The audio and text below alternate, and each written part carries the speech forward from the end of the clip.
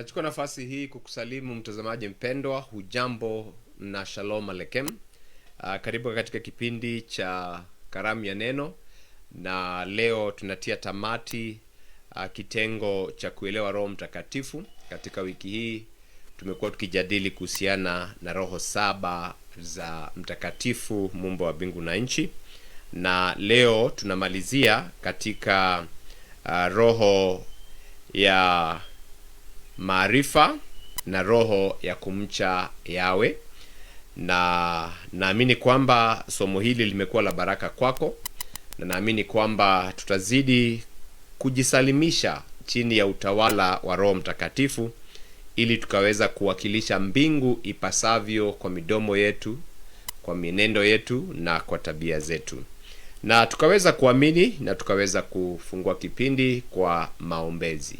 Mfalme wa ajabu, Yawe Elohimu, Muumba wa mbingu na nchi, tunakutukuza, tunakuinua na kukuhimidi, maana kando na wewe hakuna mwingine apasaye kuabudiwa. Tunainamisha nyoyo zetu mbele zako, mfalme juu ya wafalme wote. Tunakutumainia wewe tu uwezaye kupeana vitu vyote kwa watu wote kwa wakati mmoja ulimwenguni mzima. Tunanyenyekea kwa sababu uliona ni vema kwamba utaacha roho wako kakaa ndani yetu, ukakaa ndani yetu, Masihi akakaa ndani yetu, ili tukaweza kukutukuza na kuwakilisha mapenzi ya mbinguni hapa duniani. Umekuwa nasi tangia tulipoanza somo hili, mfalme, umeandamana pamoja nasi. Tunazidi kuomba Roho akazidi kujidhihirisha ndani ya maisha ya kila mmoja wetu, na tukazidi kupata mibaraka, mfalme, tunayohitaji. Asante kwa kituo hiki, asante kwa wadhamini, asante kwa wale wote ambao wanaotuombea na kuhakikisha mambo yote yanaenda kwa sawasawa. Nimekusifu, nimekuabudu kupitia jina takatifu teule mno la mwanao wa pekee Masihi Yeshua Mwokozi wetu, tumeomba pamoja na kuamini. Mtazamaji mpendwa, fungu letu la somo letu la wiki hii ni katika fungu la chuo cha nabii Isaya mlango wa 11 mstari wa 2, ambayo imeandikwa, na roho ya Yawe atakaa juu yake, roho ya hekima na roho ya ufahamu, roho ya shauri na nguvu, roho ya maarifa na kumcha Elohimu. Roho saba za Yawe zinafunua ukamilifu wa utenda kazi kamili wa Roho Mtakatifu. Si roho saba tofauti, mbali ni maadhimisho saba ya roho mmoja wa Yawe yakifanya kazi kwa umoja mkamilifu. Miongoni mwa roho mbili za mwisho zilizotajwa katika kitabu cha Isaia 11 mstari wa 2 ni roho ya maarifa, roho ya kumcha Yawe. Roho hizi mbili hufanya kazi kwa karibu pamoja. Maarifa humfunua Yawe, kumcha Yawe huleta heshima, unyenyekevu na utiifu mbele zake. Mtazamaji mpendwa, maarifa bila kumcha Yawe yanaweza kuzaa kiburi, na hapo ndipo watu wengi wa dini walipo. Unapojadili na yeye, anaonyesha kiburi cha kwamba amejua kitu ambacho wewe haukijui. Vile vile pia mtu ambaye humcha Yawe bila maarifa unaweza kuleta udhaifu wa kiroho. Tunapata kuna watu ambao wameogopa dhambi, lakini kama hawana maarifa makamilifu, maarifa ya Yawe, utakuta kwamba mtu huyo ni mdhaifu katika hali ya mambo ya kiroho. Yawe anatamani watu wake wamjue kwa undani na kutembea mbele zake katika utakatifu, unyenyekevu na utiifu. Na basi siku hii ya leo tunajadili roho hizi mbili ambazo zinatenda kazi kwa pamoja. Hebu tuangalie katika mapana na marefu roho wa maarifa. Tunaweza kujiuliza swali, roho ya maarifa ni nini? Roho ya maarifa ni Roho Mtakatifu anayewapa waumini ufahamu wa kiroho. Roho wa maarifa analeta ufunuo wa Yawe. Roho wa maarifa analeta kuelewa maandiko. Roho wa maarifa hutusaidia kutambua ukweli. Maarifa ni njia ya kujua mapenzi ya mtakatifu Baba wetu Yawe. Maarifa haya ni elimu. Maarifa haya si elimu ya kawaida ya kibinadamu peke yake, la hasha. Ni ufunuo wa kimbinguni unaotokana kwa Roho Mtakatifu.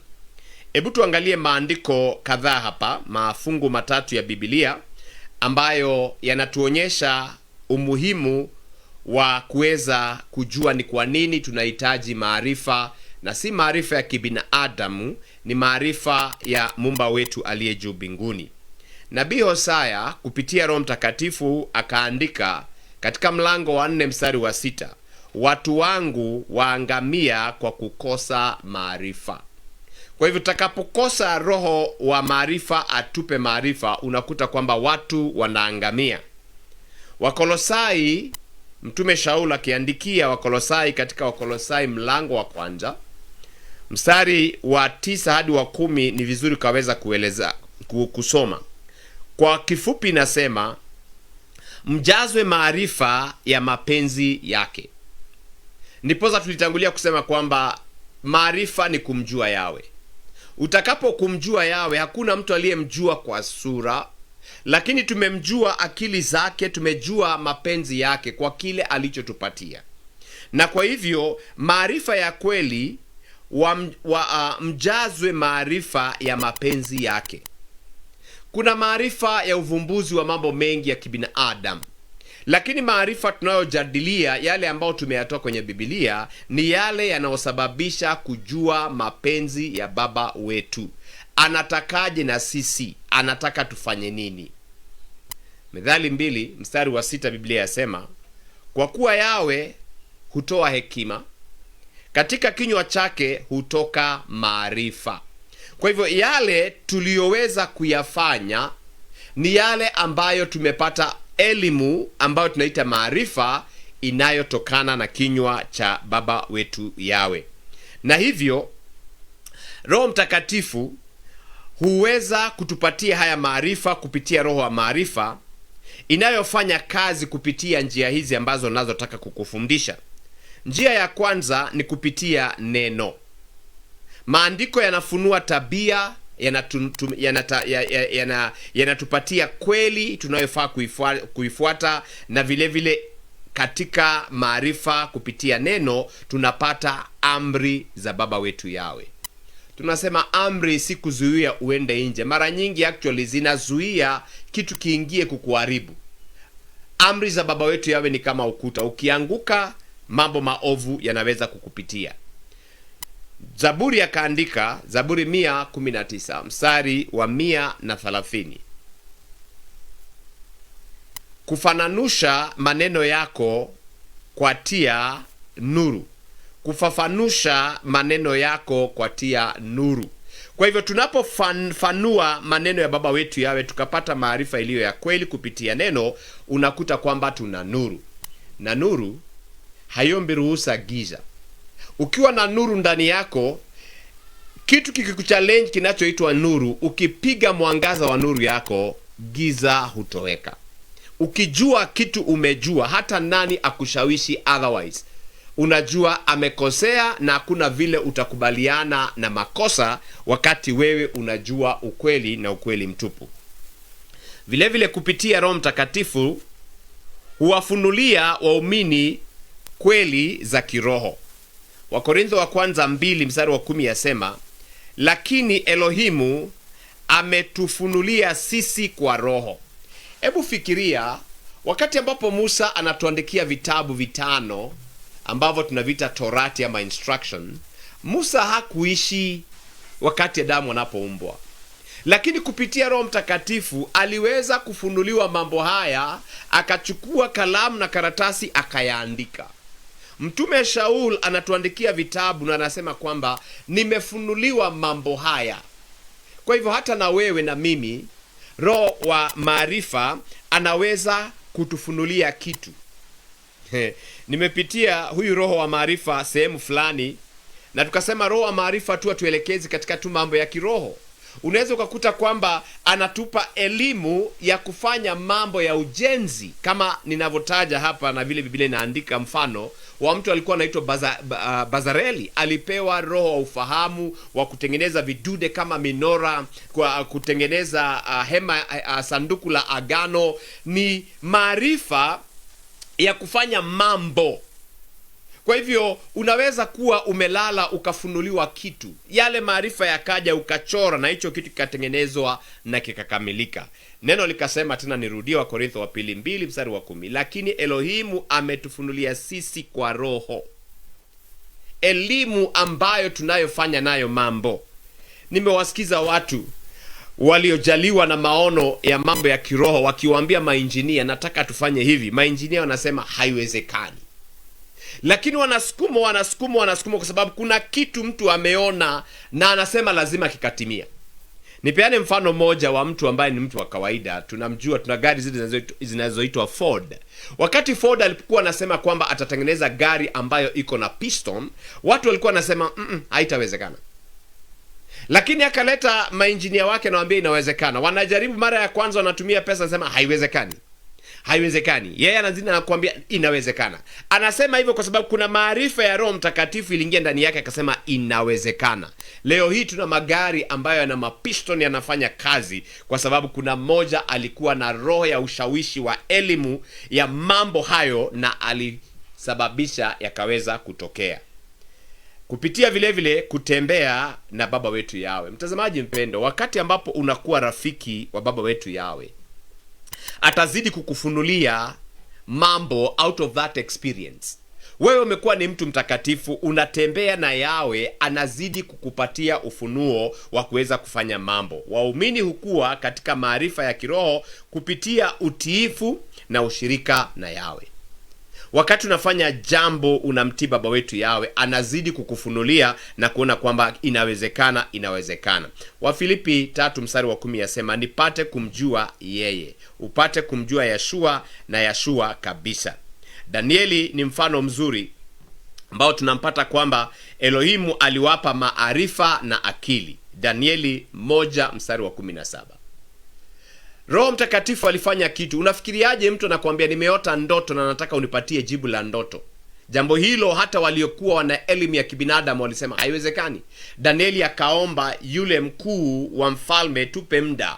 Yeye akaingia katika maombi, Roho Mtakatifu akamfunulia jonzi la mtu huyu Nebukadneza mfalme na akaleta tafsiri yake. Hebu tuingie katika sehemu ya kuweza kujua roho wa kumcha Yawe. Roho huyu tulimjadili tulipokuwa tunaanzia, na kwa hivyo tukaelewa kwamba kumcha Yawe ni heshima takatifu. Ni hali hiyo ya unyenyekevu, ni hali hiyo ya kuwa na kicho cha kumtii Yawe, wala si hofu ya kutisha. Kwa sababu naweza sikia kumcha Yawe ama kumwogopa Yawe ukasema ni ile hali ya kuhofu. Si hofu, la hasha. Methali 1:17 inasema kumcha Yawe ni chanzo cha maarifa. Kwa hivyo unapokuwa na hali hiyo ya kujua kwamba aliyesema ana uwezo, ana nguvu, na kwa hivyo hauoni kana kwamba anakukosesha, unamtii na unaendelea kumtii, maarifa yanazidi kuongezeka ndani yako. But it's unfortunately majority of believers who carry the Bible, wale wanaobeba Biblia, unajikuta kwamba huwa wana question everything the Bible says. Na kwa hivyo unapo question unakosa maarifa, unazidi kuangamia na unakosa hali hiyo ya kumtii, na hivyo basi unaonekana kwamba wewe haumchi Elohimu. Mhubiri 12 mstari wa 13 yasema, mche Elohimu nawe uzishike amri zake. Njia ya kumwogopa Yawe ni kuzitii amri zake. Hebu tukaweza kuchukua break fupi, tukaweza kuendelea na masimulizi ya roho 7 za Yawe. Shalom wapendwa. Karibu katika kipindi chako makaribisho ya Sabato, wakati maalum wa kujiandaa kuingia katika siku takatifu ya Yawe. Ndivyo na sisi leo tunaambiwa tukaweza kujiandaa kwa ajili ya Sabato. Tujiandae vizuri ili tukaweza kufurahia Sabato. Wakati tumeingia Sabato ni pumziko. Kwa hivyo tupumzike na tutupumzike vile inavyostahili. Sabato ni siku ya kupumzika. Baada ya kufanya kazi na umechoka, unaulizwa ukaweza kupumzika. Na jambo la pili, Sabato ni siku ya kukusanyika mbele zake Baba wetu Yahweh. Sabato ni siku iliyobarikiwa, siku ya kupumzika, kuabudu na kukutana na Yahweh kwa kina. Ni wakati wa kuweka kando shughuli za kila siku na kugeukia uwepo wake. Kupitia kipindi hiki utajifunza jinsi ya kujiandaa kwa Sabato, kuingia katika utakatifu wake na kuufungua moyo wako kupokea neno na baraka za Yahweh. Jiunge nasi kila Ijumaa kuanzia saa 12 jioni kupitia Messianic Voice TV. Usikose makaribisho ya Sabato, mahali pa kuanzia Sabato yako kwa utukufu na amani. Karibu Sabato. Shalom.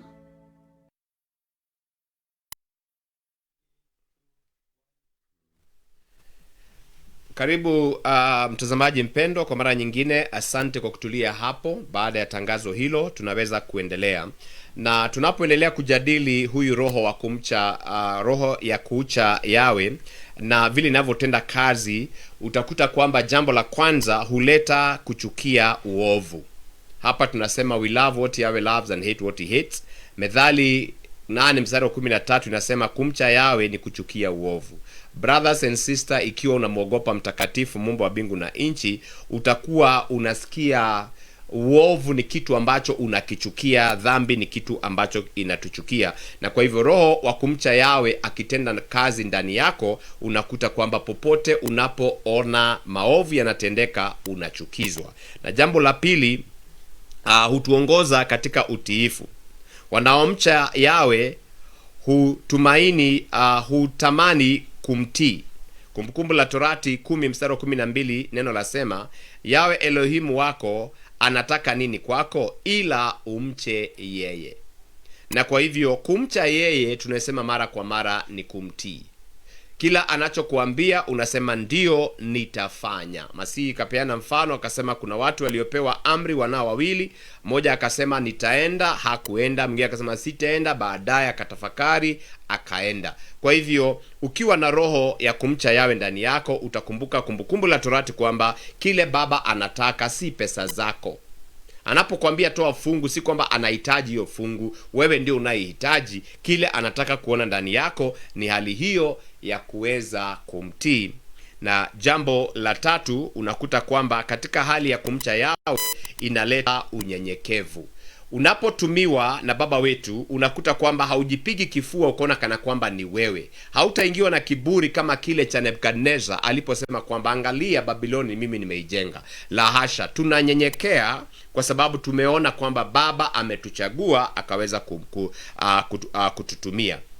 Na Methali 22:4 nasema, thawabu ya unyenyekevu ni kumcha Yahweh, ni utajiri na heshima na uzima. Kwa hivyo unaponyenyekea, kama Yohana anavyosema, mimi ninazidi kwenda chini, wewe ukazidi kutukuzwa. Unavozidi kunitumia, mimi ni yule punda tu aliyebeba Masihi. Nikakubali wakamwimbia hozana hozana, mimi tu ni punda. Luka 17:10 inasema kwamba mimi ni mtumwa tu, nimefanya kile kilifaa nikakifanya. Na kwa hivyo hakutakuwa na hali hiyo ya kuweza kujisifu na kujivuna. Mtazamaji mpendwa, tunazidi kusema kwamba utakapopata maarifa yasiinue kiburi. Na vile vile pia usiwe na hali ya kumcha baba wetu Yahweh ikakosa maarifa ya kweli, ukawa kwamba wewe katika hali ya mizani ya kiroho unaonekana kwamba umepungukiwa. Tunapoendelea kuruhusu roho wa Yahweh akatenda kazi katika maadhimisho haya, tunajikuta kwamba kuna faida nyingi sana ambazo tunazozipata. Na kwa hivyo faida za kumcha Yahweh huleta heshima,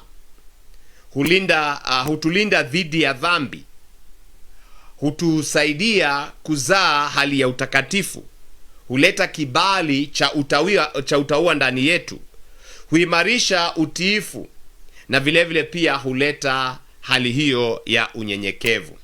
Na kwa hivyo ni heri tukaruhusu faida hizi zote ambazo tumezitaja zikazidi kujaa kwa wingi ndani yetu.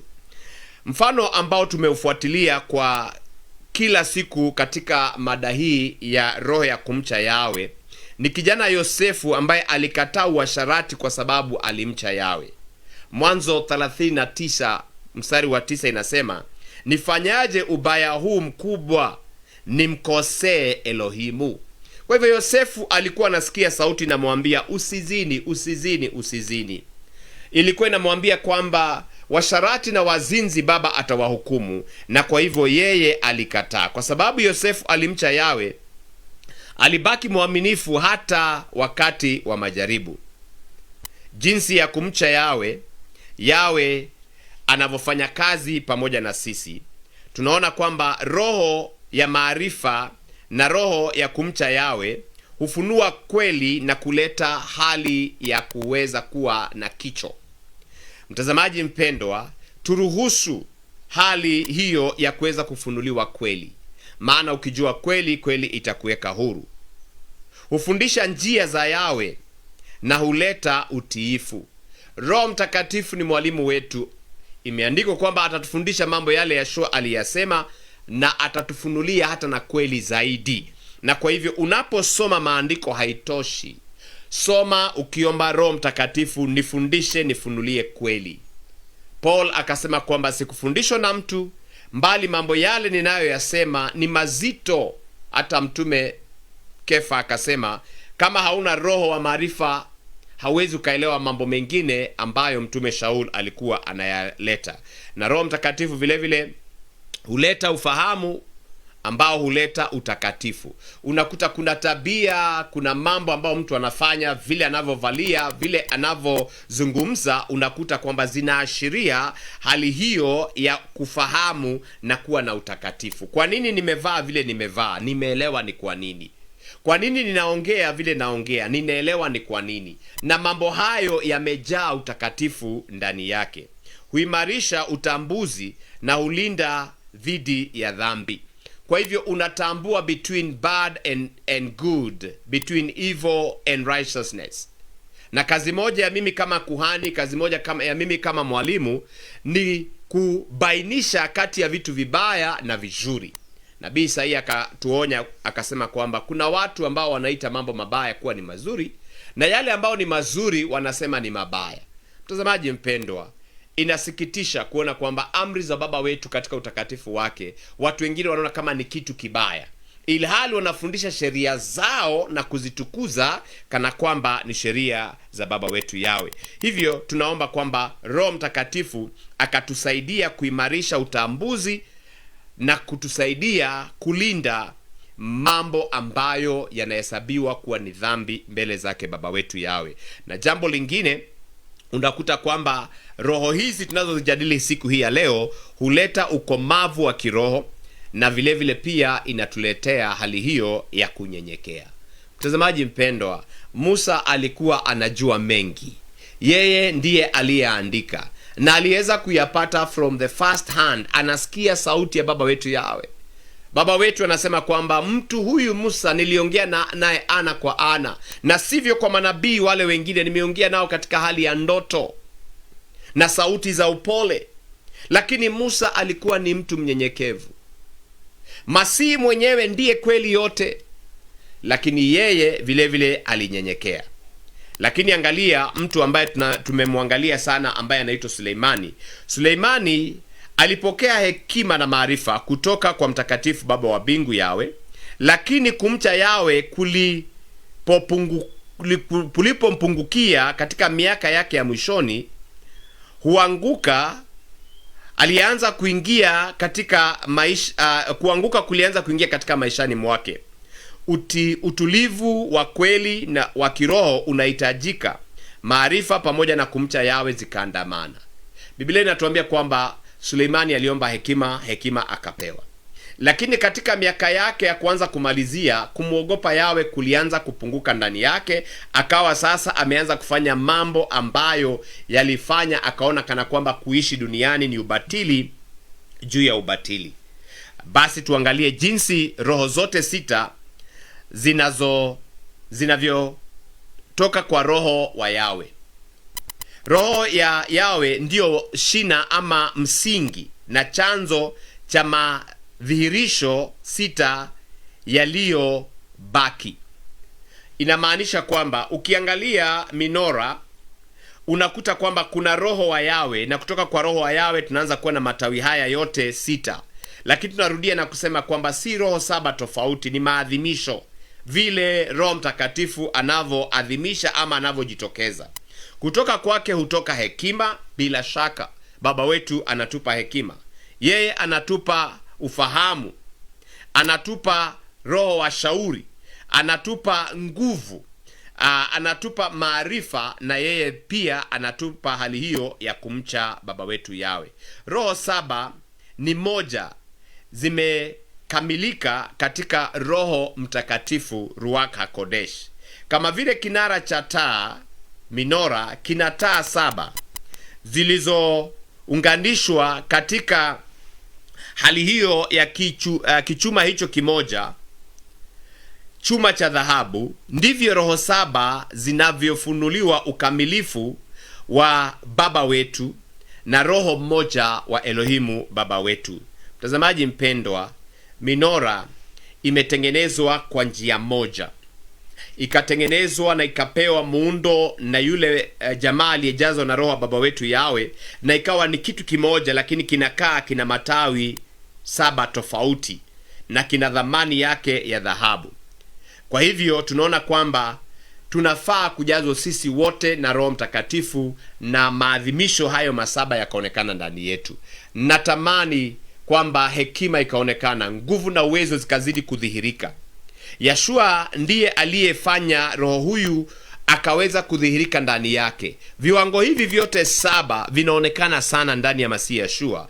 Hata nabii Isaya aliandika, roho ya Yawe atakaa juu yake, na bila shaka ilikaa juu yake. Na akatabiri vile vile pia katika kitabu cha Isaia 61, roho wa Yawe yu juu yangu, amenituma nifanye mambo yale yote aliyoyafanya, aliyafanya kupitia Roho Mtakatifu wa Baba wetu Yawe. Andika kitabu cha Yohana 3 mstari wa 34 inasema, kwa maana Elohimu hakumpa roho kwa kipimo. Yeshua hakupimiwa kama sisi vile tunavyopimiwa. Maarifa yetu labda yamepimwa. Unakuta mtu mmoja ana labda roho wa maarifa anapungukiwa na hii nyingine, lakini Yeshua alijaliwa katika ukamilifu wote, yeye hakuwa na kipimo. Masihi alionyesha hekima katika mafundisho, alionyesha ufahamu katika kweli, alionyesha shauri katika uongozi, alionyesha nguvu katika miujiza, alionyesha miujiza ya kila aina, alionyesha maarifa ya Baba, alionyesha kwamba yeye alikuwa anamuogopa Elohimu, na ndio sababu Masihi Yeshua alikuwa mtiifu na akafanya yale yote aliyosikia kutoka kwa Baba wetu Yawe. Na hivyo tunapojazwa na Roho Mtakatifu tunahitaji kudhihirisha dalili za watu waliojazwa na Roho Mtakatifu. Na hivyo ndani yako na ndani yangu, roho wa maarifa, upendo uonekana ndani yake. Roho wa maarifa anafanya tukaweza kufahamu maandiko. Roho wa maarifa anafanya tunakuwa ni watu wanaotambua roho. Roho mchafu akikuja kutudanganya, tunakuwa na the discerning spirit, na vile vile pia tunakuwa na shauku ya kutaka kumjua Baba wetu hata na zaidi. Musa alikuwa ni mtu ambaye alitaka kumjua Baba zaidi hata na zaidi hata na zaidi. Mtazamaji mpendwa, tunahitaji Roho huyu Mtakatifu akazidi kufanya kazi ndani yetu, na tuliona kwamba tunahitaji kuwa ni watu ambao wanaoomba mara kwa mara. Tunaomba tupe hekima kama vile Yakobo 1:5 ilivyotufundisha. Tunakuwa ni watu ambao wanaofunua maandiko, na wakati ambapo unasoma maandiko na ule mwangaza ukatoka kwenye vitabu kaingia ndani ya moyo wako, unajikuta kwamba wewe unakuwa ni mtu tofauti. Na vile vile pia ukijizoesha kuwa ni mtu mtiifu, unavotii mambo mengi unayoyatii yanaweza kubadilisha maisha yako. Muda wangu umeyoyoma, mtazamaji mpendwa, niruhusu nikomee hapa kwa kusema kwamba roho ya maarifa na roho ya kumcha Yawe zinakamilisha ufunuo wa roho 7 za Mtakatifu Baba wetu Yawe. Maarifa huwafundisha waumini kumjua Baba wetu Yawe, na huu ndio uzima wa kujue wewe na mwanao wa pekee uliyemtuma. Kumcha Yawe huwafundisha jinsi ya kutembea mbele za Baba wetu Yawe. Madhihirisho yote 6 hutoka kwa roho ya Yawe na hufanya kazi kwa pamoja kwa ukamilifu. Yawe anatamani waumini watembee katika hekima, watembee katika ufahamu, watembee katika shauri, watembee katika nguvu, watembee katika maarifa, na hatimaye watembee katika hali ya kumcha yeye.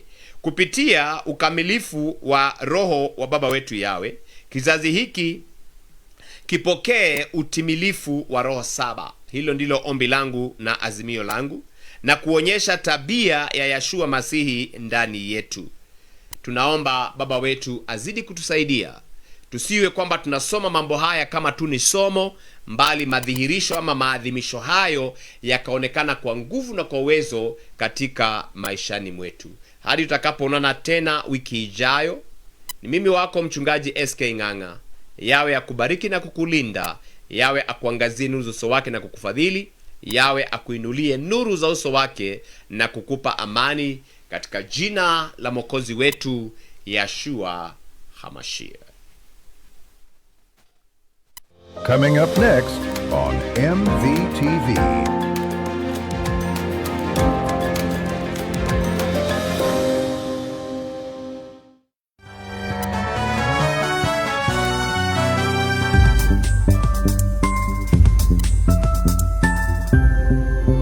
Messianic Voice TV, broadcasting grace and truth.